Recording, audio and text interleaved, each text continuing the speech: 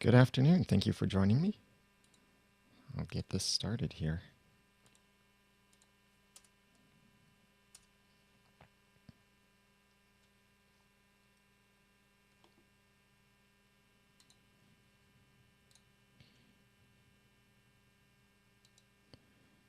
And here we go.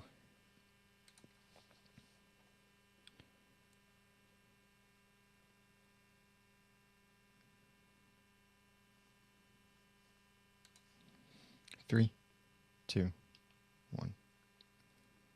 My thoughts from the Podcast Awards, New Media Expo, and Nationals Association. I can't say that. I can't get that out. Let me try again. My thoughts from the Podcast Awards, New Media Expo, and NAB Show 2015. Welcome to the Audacity to Podcast, episode 218.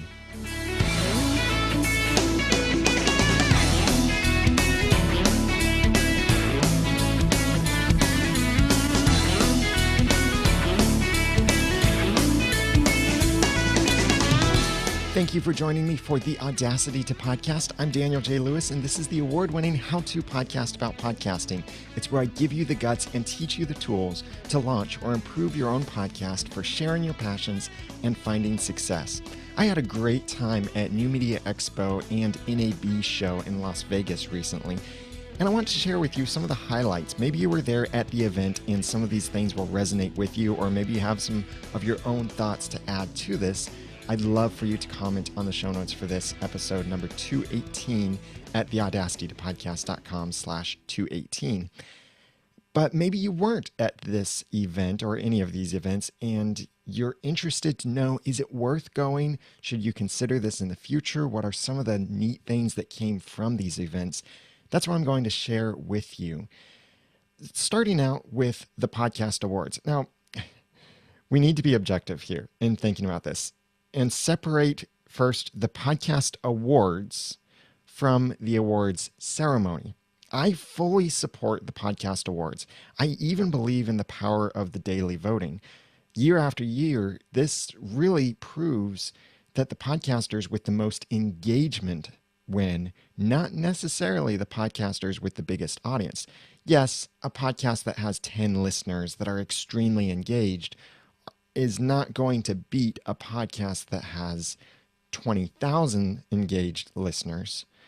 But what we see year after year is that still the podcasters that engage their audience a lot and their audience is loyal and takes action on their actions are the podcasters who win the awards.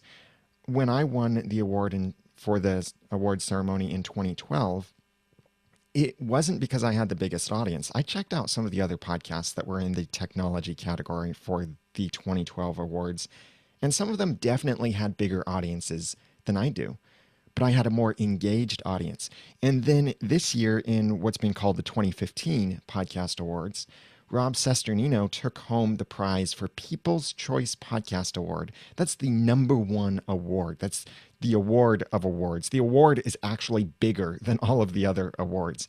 He took home that award and he beat Serial. Yeah, that podcast that got 5 million downloads in about a month. That podcast that everyone has been talking about, that's made it onto news and television shows and all kinds of other things, has been covered by all kinds of media and has this massive team behind it. Serial could not beat Rob's engaged audience. Why? Because Serial, even though it has a massively larger audience than Rob's show, Rob has a podcast, Serial does not engage with their audience, and their audience isn't very engaged either. Their audience was engaged enough to be able to nominate Serial and get enough nominations to make it into the finalists, but they didn't have an engaged enough audience to actually win the award. My guess is that the producers of Serial might not have even asked for any voting from their audience, but Rob Cesternino engages with his community, and because of that, he won the award for People's Choice. And he's also won awards for other categories in the past too, because his audience is passionate. And Rob then is authentic, he's personable, and he's very approachable too. So it makes sense that he would win the award with not the biggest podcast, certainly very popular, yes, but not the most popular. It's not just a popularity contest. Yes, of course, some of that comes into effect whenever numbers are counted, but that's not the only thing that comes into effect. I do believe that there are some ways that the nomination and voting process can and should be improved, and we'll probably see some of those before the awards in 2016. But now I'm going to be honest about the awards ceremony. When the hosts were originally announced, and out of respect, I'm not going to name them, but you probably know who they are. When they were originally announced, I expressed some concern about, is this really going to be appropriate and classy and family friendly, anything like that? And I was assured back then that yes, the hosts would keep it classy. Well, if you watch the awards ceremony from 2015, then you know that to mass disappointment, the hosts were not classy at all. When I heard one of the hosts introduce themselves in their show, I first thought, okay, yeah, they're making it sound classy so far, but I think it was only maybe 20 seconds more, and then it started going downhill.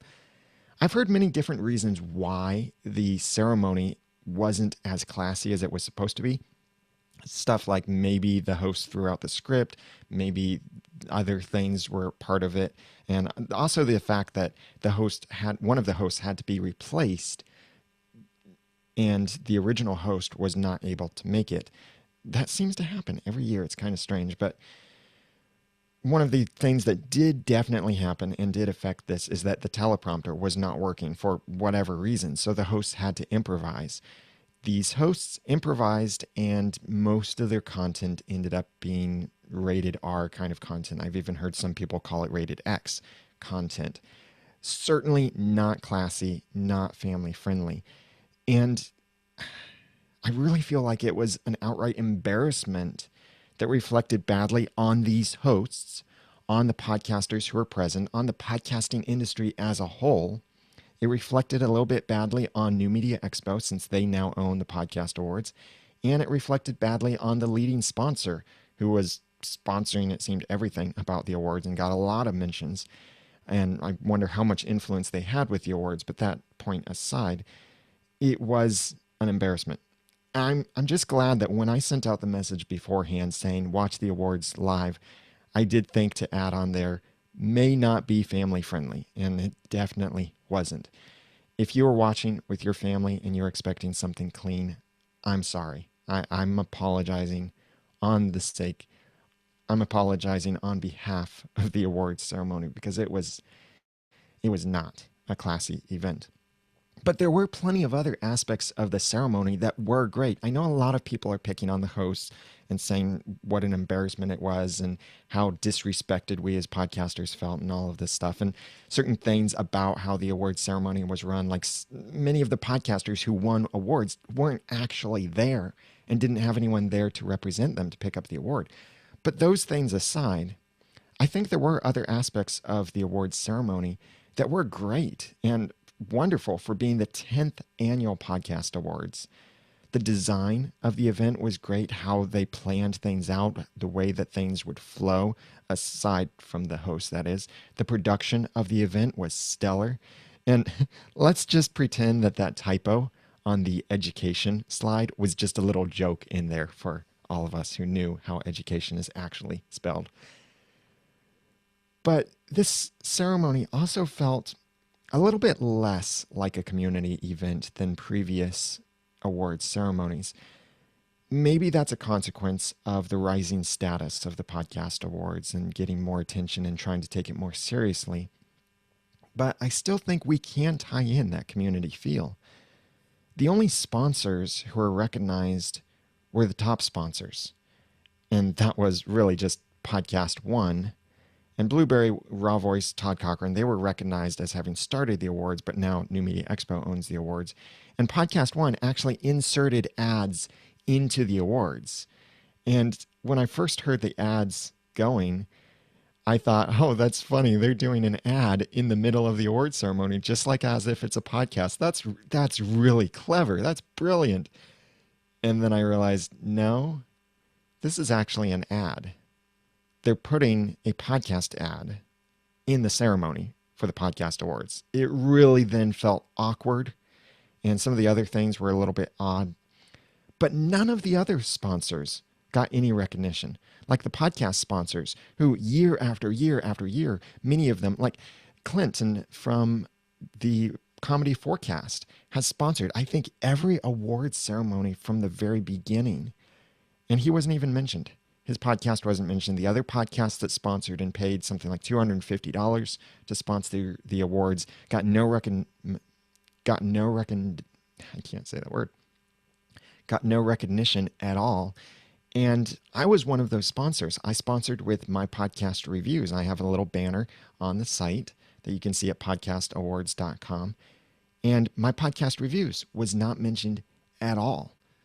So I felt like at least thank these people, at least refer to the fact that there were other sponsors. And they didn't do that.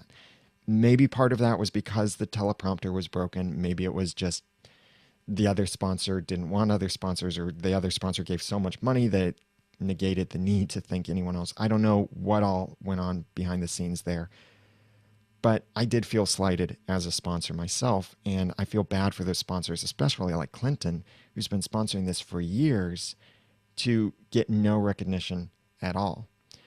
But despite all these downsides to the Podcast Awards ceremony and the awards themselves, I think there is one thing for certain. Next year will be different, and I do think it will be better. If you're looking for other podcast awards ceremonies and such, another one that I think could have enough momentum to actually make it and occur year after year is the new Academy of Podcasters that is owned and will be held at Podcast Movement in Fort Worth this year. If you're going to go to Podcast Movement, register at podcastmovement.com and use the promo code Noodle. You'll be able to save 10% on your admission to Podcast Movement then, and I'd love to see you there. I'll be presenting a session most likely on how to improve your website for your podcast. It'll be a really great session combining a lot of things to help you really leverage your platform for your podcast. That's at podcastmovement.com and use the promo code Noodle. So the Podcast Awards, congratulations, huge congratulations, certainly to all of the winners.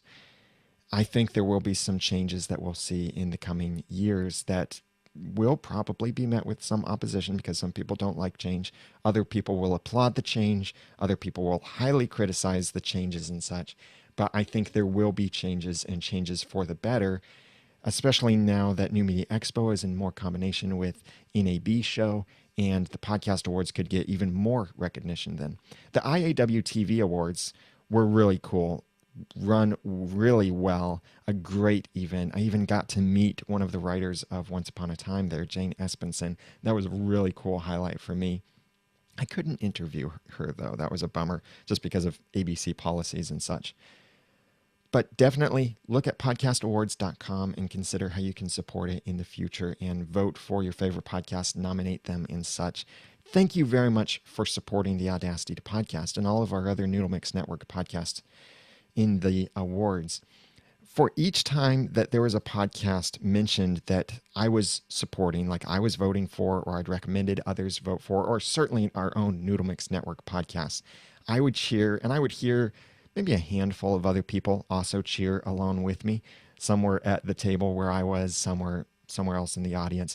And for most of the podcasts, it sounded like there was a table or two, maybe 10 people cheering for one podcast or another every now and then. Not every single podcast was cheered for. I was surprised. Sometimes some of the categories had no one cheering. I just kind of felt bad for the people there. But about 10 people cheering for each podcast. When it came to the Audacity to Podcast in the technology category, and they read the nominations off and mentioned the Audacity to Podcast, I got something that was almost as good, or maybe even better, than winning an award. And that was, I heard not just a handful of people cheer for the Audacity to Podcast.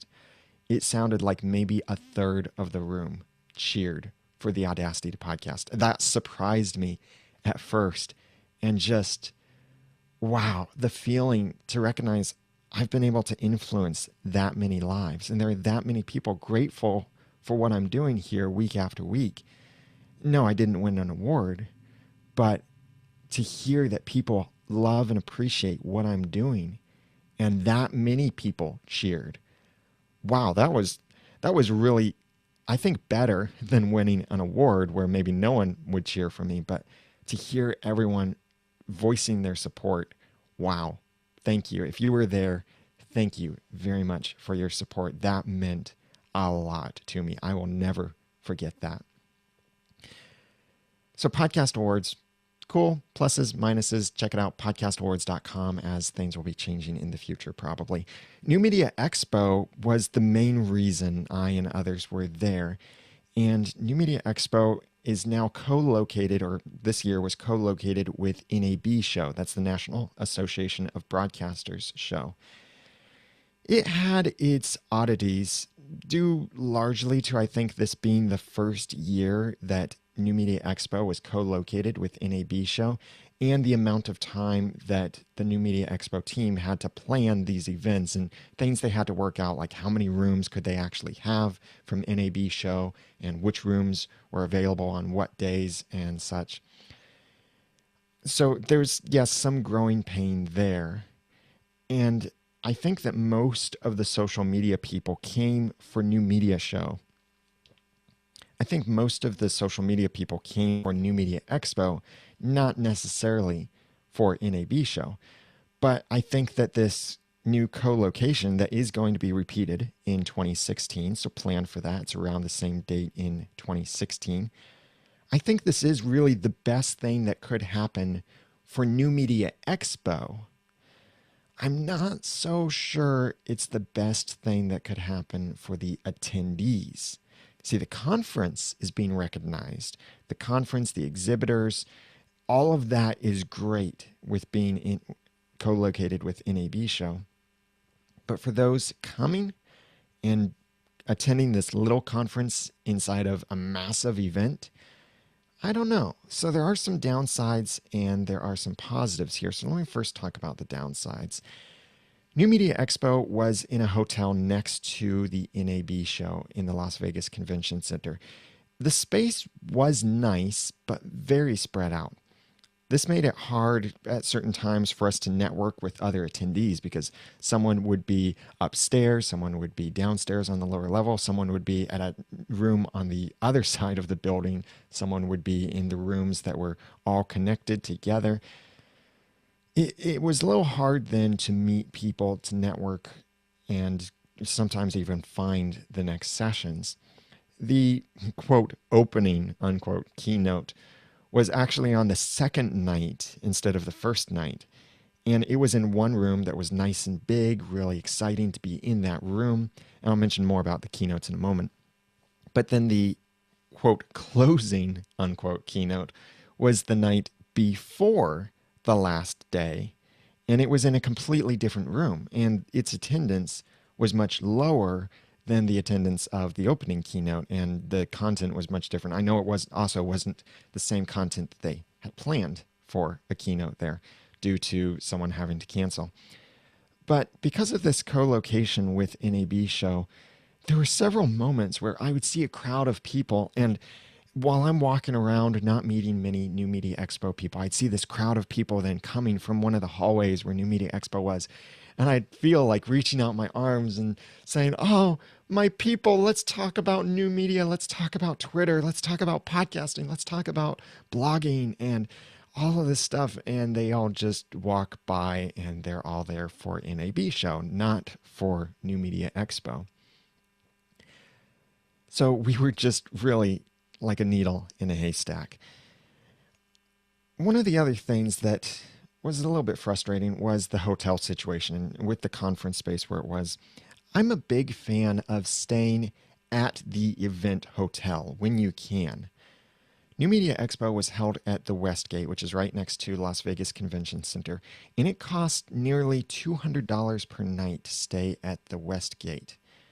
Most of the parties were held at SLS Las Vegas, which was about a block, and Las Vegas blocks are very big blocks, but it was about a block away.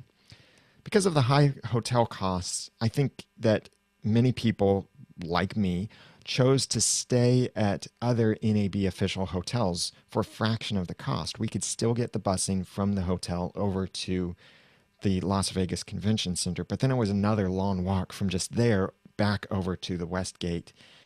And it was getting a little bit annoying. I stayed at the Circus, which some of the days I realized I should have just walked instead of waiting for the bus, because I walked just about as long once I got off the bus. And because it was so big, but also so spread out, there were a lot of people I was really eager to meet and talk to, but I just couldn't find them. And there were others who I got to talk to and wanted to talk to longer, but I had to move on to something else because of how spread apart everything was. Maintaining a schedule was very difficult.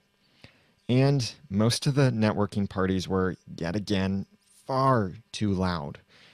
I think the music, which networking music, always unnecessary in my opinion, was blaring so loud that everyone had to yell to do any kind of actual networking at the networking events. My suggestion, if you want to have a networking event or a networking party, keep the music quiet or completely off and host the party in a large carpeted room, or maybe even consider outside, somewhere where it's easy for people to talk to each other in a normal voice and be heard. It was also really annoying that at these events, we were forbidden from bringing in our own water, and we had to pay $8 for a bottle of water inside of the event. There was a sponsor, a beverage sponsor, but they were only sponsoring a single kind of alcoholic beverage in each event. I heard that even some of those ran out very quickly. But we couldn't even use our drink ticket just to get water or soda or something like that. It was only for one specific kind of drink. And I was tempted, and I think others were too, to just stick our heads in the pool where the opening party night was and just drink from there instead. But one of the nights I ended up just having to step out of the party. It was way too loud. I couldn't hear anything that was going on. I didn't want to lose my voice. So I ended up just sticking around the slot machines at the casino and talking with other people as they were coming out. I'd wait outside the doorway looking for anyone to come out, maybe like me, who had just had enough with the loud volume. So those are some of the downsides at New Media Expo 2015. Now, how about the positives? I wasn't actually able to attend many sessions this year, but I heard that the sessions were great. A lot of good things coming out of a lot of great sessions. I'm really looking forward to getting the digital ticket and downloading the sessions to listen to from many other great podcasters and others who were there who presented great information. I was really pleased that even my own session, SEO for Podcasters, which was an extremely concise, stripped down version of my SEO for Podcasters video course, was packed. There was standing room only in that room. And this wasn't a tiny room. It seated maybe 100 or so people. Standing room only. I was really pleased with that and impressed too that people found SEO that interesting. Or maybe they just wanted to come hear me speak and whatever I had to say they wanted to hear. But I thought with SEO, that's something that either no one's interested in or a lot of people are going to be interested in. And it was right after lunch too. So there was a little bit of trickle into the room as people were coming in a little bit late after lunch because of eating arrangements too at the event. But I was really pleased with how many people came out, and the questions were great. The conversations afterward were wonderful. I'm going to make that recording of SEO for Podcasters available to those who came to the event, as well as to those who buy my SEO for Podcasters video course at theaudacitytopodcast.com/SEO. I want to make it available there to them because even though when you buy the course, you get the 10 hours plus training, it's 10 hours of training. Maybe you just want to know, okay, what's the most important stuff? That's what I covered in my session, is just here's the most important stuff for you to know. I covered it in about 35 minutes in the session. So I'll be making that available to those who purchase theaudacitypodcast.com/SEO. And if you're interested in buying it, you might want to buy it soon because the price is going to go up on that very soon. I think that the opening night networking party was a fabulous event. This was at SLS Las Vegas again, but we were outside on the pool deck, or something that they called it there. And it was a very large space. It was outdoors, but it was a very pleasant weather that day. They had loud music on one end of the space, but it was very easy to get away from that loud music and talk to people without yelling and actually do networking at a networking party. It was great, great place for it. I know on the second day, I think the party was supposed to be there again, but there was a sandstorm, so that probably meant that they decided not to have the party out there. For the keynotes, I thought that Pat Flynn from Smart Passive Income did an excellent job with the opening keynote. I really don't know if anyone can top his intro, which was Back to the Future themed and really fun. And there was at one point with his intro where I thought, this is a little bit over the top, but it's awesome still anyway, and just really cool and really well done. So even though, yeah, at times it felt a little over the top, it was a great intro, and his keynote after that was also great content. Joel Comm also spoke on a video and the power of video, and he had some great information, some great stories, and great things to share with us. The keynote then that was the quote closing unquote keynote was from Norm Pattis from Podcast One and Rob Sesternino, host of Rob Has a Podcast. It was also good in ways, and I think Rob was a great person to have there and really cool to hear some great information from him, especially now that he's a People's Choice Podcast Award winner.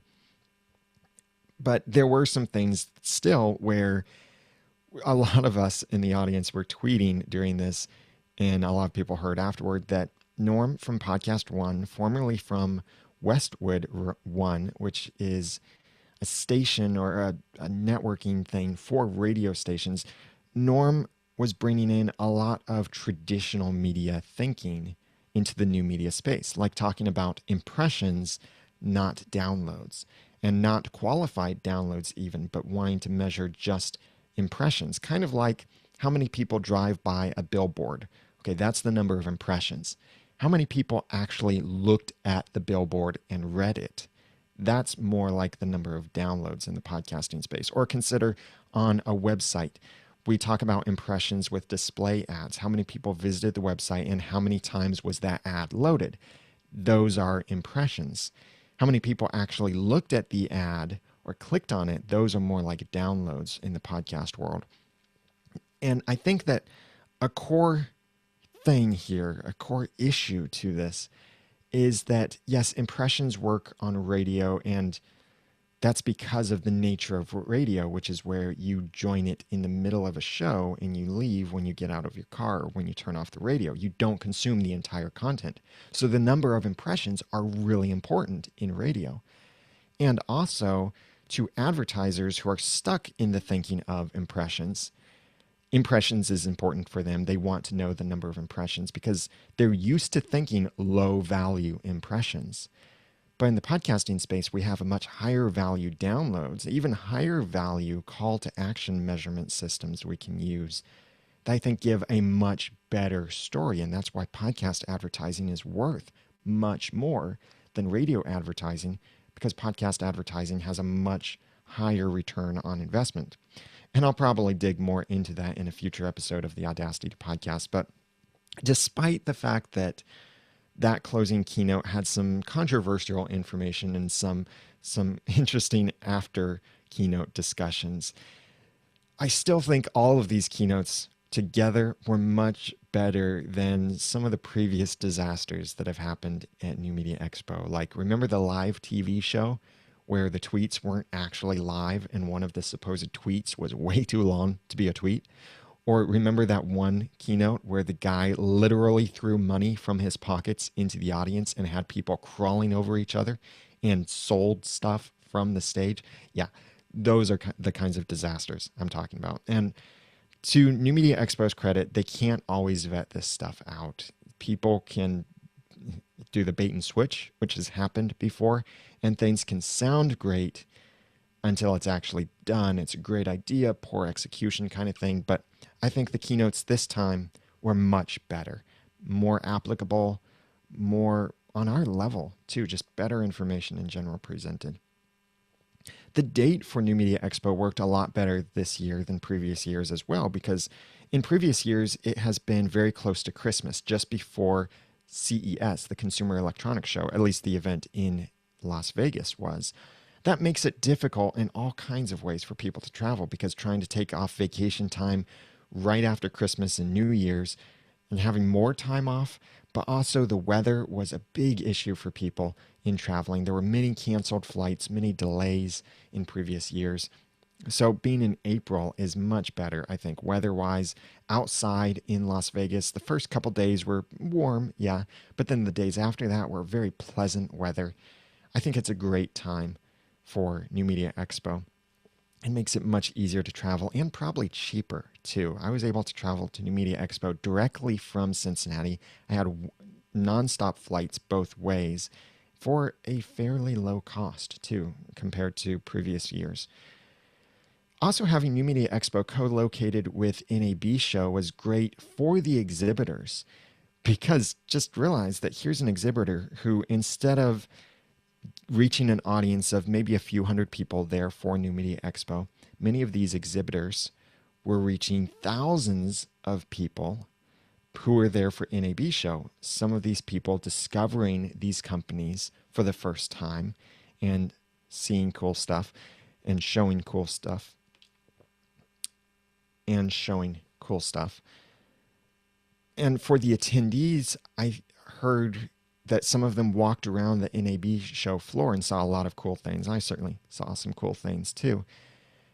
And I think that there was some great opportunity here for the attendees, that they might not have otherwise had this chance to visit NAB and get to see all of these different microphones, mixers, video cameras, all of this cool kind of technology. It was also great to see some of these big companies like ScreenFlow, the makers of Wirecast, and it was also great to see some of these big companies like Telestream, the makers of Wirecast and ScreenFlow, have their big booth in NAB show, but then specifically have a second booth, and then have a second booth specifically for the New Media Expo crowd. It was a smaller booth, yes, but they had a presence there. And I think that the exhibitors at New Media Expo seem to be far more relevant this year than last year. There were no teeth whitening or back massage places exhibiting at New Media Expo. These were relevant companies. There were also some really cool things that were announced or premiered at New Media Expo. Like Blueberry now has this great service called subscribeonandroid.com. You go there, you enter your RSS feed, and then it gives you a link back. And the link that you use has your RSS feed in it, but also the subscribeonandroid.com at the beginning. When you put that on your site, like you could make your own /Android link point to that, it will take Android users to a page where they can see the name of your podcast and apps they can download to subscribe to your podcast.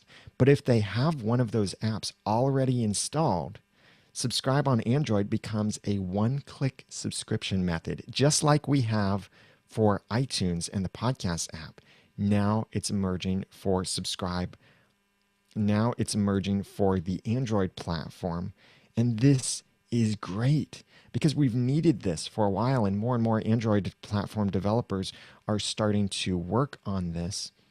And it only takes them a few minutes. So if there is an Android podcast app that you want to support Subscribe on Android, contact them, point them to Subscribe on Android page. There's a page there for developers where they can get the information about how to integrate it with their system and make it really easy for people to have a one-click subscription method. There are many more Android devices out there than there are podcasts. No, that's not right. There are many more Android devices out there than there are iOS devices, but it's the iOS devices that are downloading more podcasts than the Android devices. So we have a very large untapped market of Android device users who aren't listening to podcasts. We need to make it easier for them to get to podcasts. I think subscribeonandroid.com is a great step in that direction. Clamor was another really interesting company, and that's CLAMMR.com. And it's been described as many different things, but what it does is it allows you to share highlights from audio podcasts. And that can make then your audio podcasts more social by sharing these short clips, 18-second clips from the podcast. It's really cool technology. I recorded a video with them that I'll have on my video channel and in my iTunes video podcast called Podcasting Video Tips. That'll be very soon. Also, we had quite some fun with the hashtag overheard at NMX. I've got links to all of these things in the show notes for this episode, number 218. Before this New Media Expo, especially after I attended Social Media Marketing World in San Diego a month ago, I was really thinking, where does New Media Expo fit now between Social Media Marketing World and Podcast Movement? Because Social Media Marketing World is really about the professionals using social media, podcasting, blogging, networking, YouTube, web TV, all of this different kinds of stuff, but more from a professional perspective. And it costs a lot to go to that event, but I think Social Media Marketing World is probably going to be my favorite event. I'm looking forward to attending it each year. It is a bit expensive, though. Podcast Movement, on the other hand, is a smaller event, but will be probably much bigger this year. It's specifically by podcasters and for podcasters, and it's about podcasting. I'm looking forward to being there again this year. Go to podcastmovement.com and use the promo code Noodle to save 10%. So they're opposite ends of the spectrum here, and I've wondered, before this event, where does New Media Expo fit into this? Now, I think that with New Media Expo being co-located with NAB show, it's helping New Media Expo to grow a lot more. And I think it's exposing our messages and our methods to a much wider audience of traditional media professionals. So now new media has an equal place next to traditional media, which can only help us gain more attention and respect. So with this combination, and especially getting the opportunity to see all of this awesome gear at NAB show, I think that New Media Expo now differentiates itself enough from Social Media Marketing World and Podcast Movement that it's still a great place for the professional or hobbyist content creators.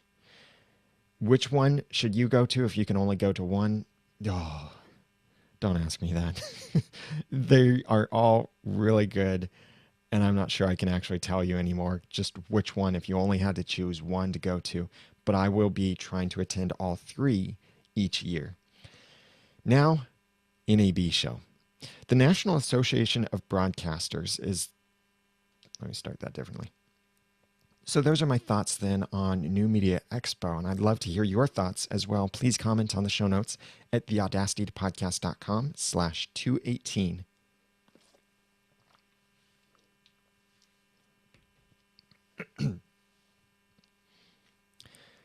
Now on to the National Association of Broadcasters show. I've attended the Consumer Electronics Show, or CES, before with the Tech Podcast Network and covered it in different ways. CES is a massive expo with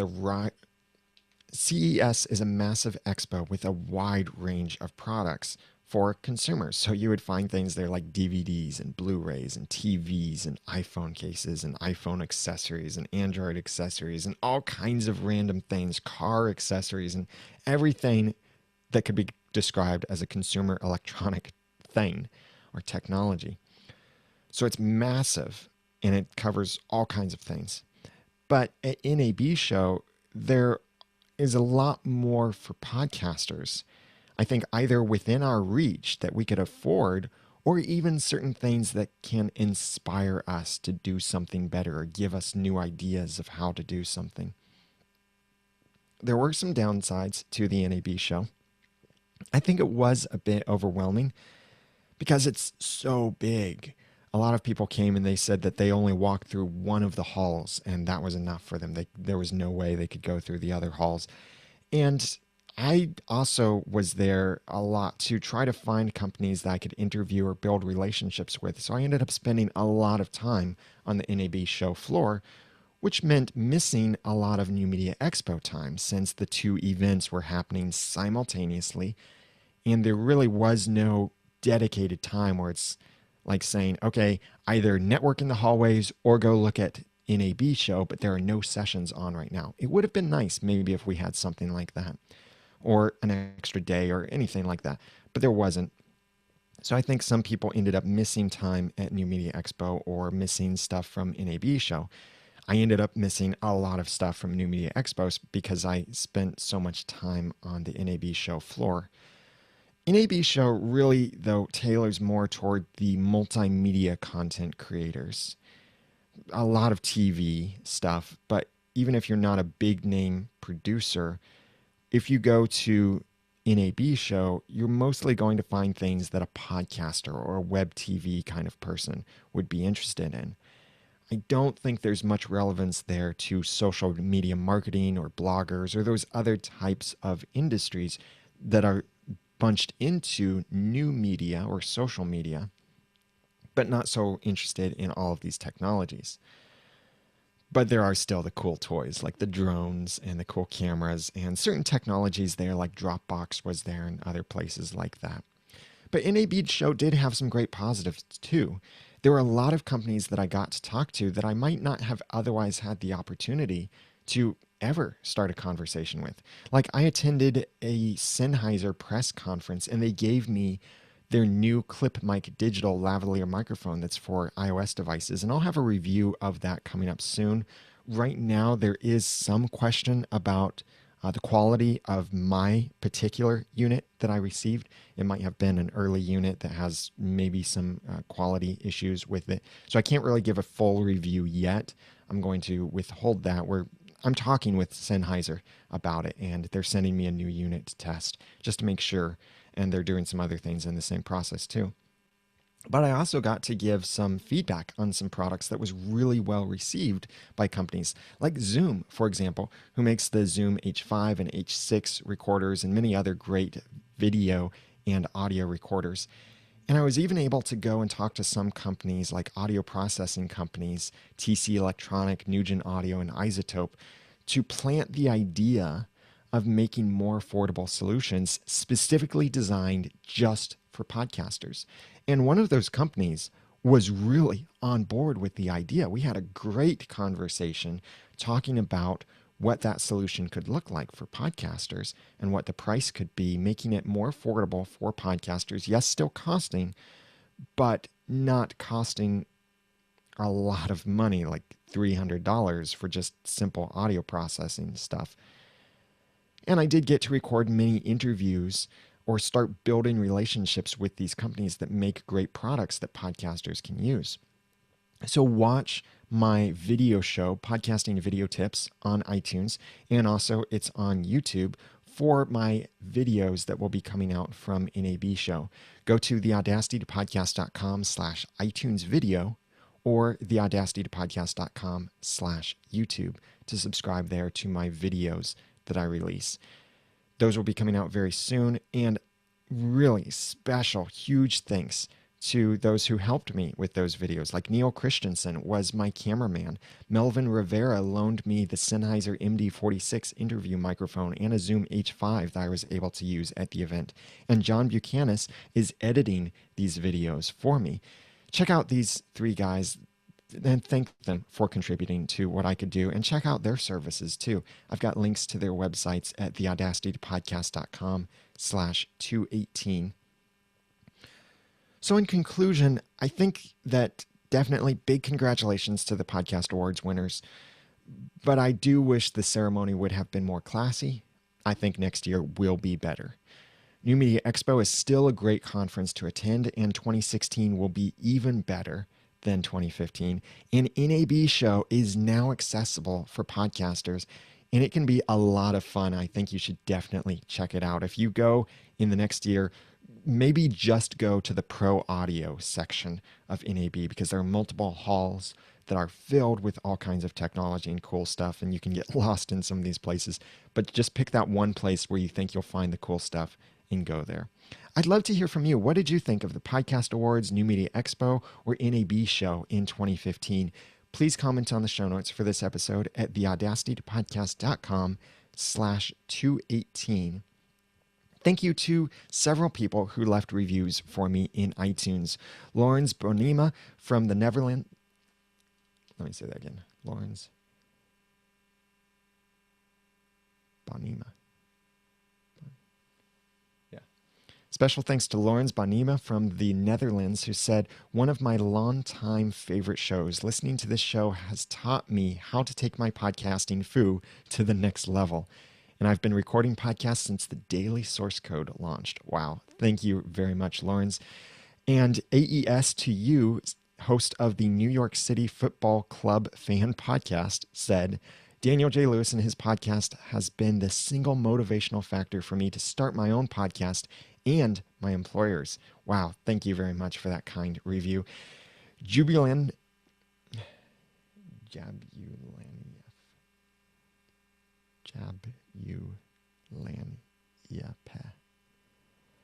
Jabuleniapeh from, let me say that again. Jabuleniapeh from Nigeria said, trying to launch my podcast and looking for ideas around until I, quote, mistakenly, unquote, stumbled over your website. I'm going to stick here for a while. And application, these are so hard to pronounce. An application newer from Canada and host of Zoo Life said, just started our hashtag Zoo Life podcast, and this has been beyond helpful. Thank you very much for those kind reviews. I really appreciate those honest reviews. They encourage me and they help other people find the podcast. And these are just excerpts from those reviews. If you want to check out the full reviews, I have links to each of them in the show notes at theaudacitypodcast.com/218. If you'd like to get your own podcast reviews emailed to you automatically, then go to mypodcastreviews.com and sign up for a solo or higher plan to get those reviews sent to you on a weekly basis for your podcast and maybe even your competitors' podcasts, so you can learn more about what you should be doing better in your podcasting. That's at mypodcastreviews.com. I've got some great topics coming up for future episodes, like talking about hobbyist versus professional podcasting, diversity in podcasting, when you should quit a podcast or quit podcasting altogether, and much more. I'm really excited about it. And one of the big things is I want to hear from you.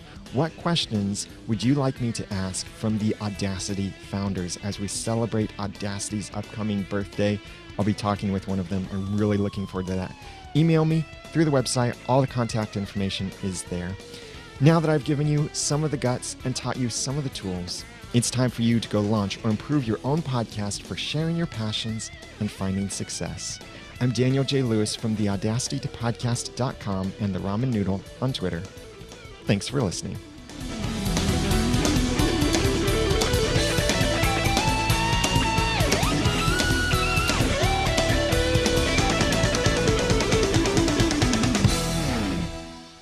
The Audacity to Podcast is a proud member of Noodle.mx Network. Find more of our award-winning and award-nominated podcasts to make you think, laugh, and succeed at Noodle.mx. Like we have TV show fan podcasts about the TV show's Resurrection, Under the Dome, Welcome to Level 7. Like we have TV show fan podcasts covering the TV shows Resurrection, Once Upon a Time in Wonderland, Under the Dome, Daredevil, Agents of S.H.I.E.L.D., all of the Marvel Cinematic Universe as well, and more. We've also got stuff to make you think critically, to help you succeed in business and your professional. We also help you to succeed in your personal and professional life, and much more. It's all at Noodle.mx. The Audacity to Podcast is also a proud member of the Tech Podcast Network. I'm stumbling here. If it's tech, it's here. Find more at techpodcasts.com. I don't know what was wrong there trying to get near the end. I think it was just I decided to say too much.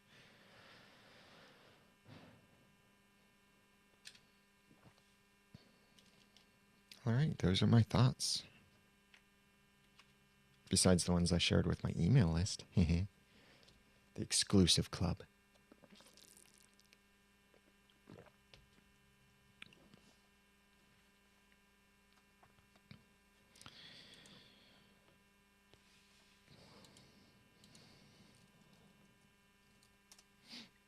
Hey y'all, let me see how many people are actually watching right now. Oh, a few people. Yeah, I'll give you some initial feedback on some things. Zoom Q8. I did a video with Zoom, and the video is cool. We'll have that video later. But I won a Zoom Q8 randomly, and I gave them my business card, dropped it in the little bowl, and I won, which was really cool. I was really excited about that. But I should recommend the Zoom Q8. It has such a wide on it that it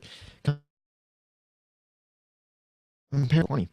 The Zoom quality, it's certainly higher resolution and it can record to SD, but it's a 16 millimeter lens or a 160-degree view.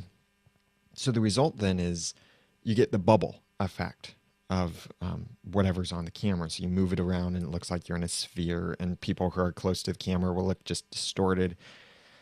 It and you can't zoom it in or out. You have no control over the optical, the focal length on the lens or anything like that. So it's stuck at 16 millimeter wide angle fisheye, basically lens, or slightly fisheye lens. And besides that, it can be used as a webcam, but it can't record to SD while being used as a webcam. And that might seem like not a bad thing until you discover, or as I discovered, the resolution of the webcam video is horrible. It must be coming through USB 1.0 or something, but the resolution was, I don't know what it was, but it looked bad. It looked really bad. It looked like maybe 320 by 240, or maybe at most 640 by 360, if even that. But it looked bad, really bad for a webcam. Like you would get better quality with your built-in webcam on your laptop computer than you would get from that. So I don't know. It's got XLR inputs into it, and it's got the modular. That's kind of cool. So you could audio recorder, but I don't think I. And it's I can't really see a practical use of it for podcasters out there. If they wanted a camcorder, I would recommend something else. Really, it does record at 2.3, 2.3 something. It's not. It records higher than 1080p. Basically, it's like 1.3K, something like that. Yeah, not really that helpful though, especially because of that angle. And the Sennheiser Clip Mic Digital. Where is that? Awesome device. I love the concept, but the one I have, I keep this in my pocket now actually, which I'd love to do because it's a lavalier microphone, Sennheiser's ME2 lavalier microphone, which is a high quality microphone. If you get like the Sennheiser G3 wireless system, this is the microphone capsule that comes with it. But at the opposite end is a lightning connector for an iOS device, and then this little box, which is a preamp, an Apogee preamp. So that'd make me think, oh, this should be higher quality audio than just recording with a TRRS adapter with any kind of analog lavalier microphone. Maybe, and Sennheiser, to their credit, they're working with me on this. They want to make sure that this isn't a design problem. It could be just there's a manufacturing defect with this particular unit, but it's noisy. It's surprisingly noisy. I get actually, at least with this one, just keep in mind, this one could be bad for whatever reason. Could be bad because it's kind of it's an early release product, really. But it is possible that it's designed this way. But the problem is the noise floor is actually higher on it than just an analog lav mic plugged into my recorder or especially my recorder, but even my iPhone going through a cheap TRRS adapter, a cheaper lav mic sounds better than this. And this is $200 retail price. So I'm really hoping that they can work it out, because it would be great to have a lav mic that I just plug directly into my iPhone instead of having to have multiple adapters and strange things like that. So I don't know what will come from that. The other, let's see, the other thing. Oh, Clamor. I'm wearing their t-shirt they gave me. Clamor, really cool. I'm really looking forward to seeing how it develops. Right now, I think it's a little bit cumbersome to use, and no doubt they'll be working to fix that in future updates, and I'll be sending them some feedback to help them with some of that and giving them some tips and ideas and such. But it's a great idea. I just want to see it be easier to use. And that's CLAMMR. And that was pretty much it. And I'll make videos about these separate things because I want to make sure that I cover it more thoroughly. I don't want to put product reviews hidden inside of my thoughts on the awards and everything else. Hey, and here's a thought, since I'm just being personal with you guys. I'm thinking from now on, when I do videos, maybe wearing t-shirts that are relevant to podcasters, and only, I mean, there might be still the videos where I'll dress a little bit nicer, you know, my typical style, where I wear a dress shirt. But I was just thinking it could be cool to have shirts that give back to the podcast community a little bit. So it could be a shirt of someone's podcast. It could be a shirt for technology related to a podcast or podcasting, like a Blueberry shirt or a Libsyn shirt or Clamor, or I have a Heil shirt or WordPress shirt or a podcast conference shirt. I have a shirt that has a little Apple logo on it. I have other shirts with logos from podcast relevant companies, several Libsyn podcaster t-shirts now too. But it's just something I'm thinking of. I don't know if I can actually do that or what, but it could be a great way to get free t-shirts too, to say, hey, send me a size medium t-shirt with your podcast logo on it, and I'll wear it someday in a video. I should start saying, okay, send me pants now, and socks, and shoes, and underwear, and all of this stuff, and then my wardrobe would just be completely paid for. My name is Calvin Klein because it's written all over my underwear. Pat Flynn, if you were watching, that would be for you. All right, guys, I'm going to head out. Thank you very much for joining me. I'll keep the chat room open on my computer, so I'll see if you ask any questions or say anything that I'd like to respond to. But otherwise, have a great day.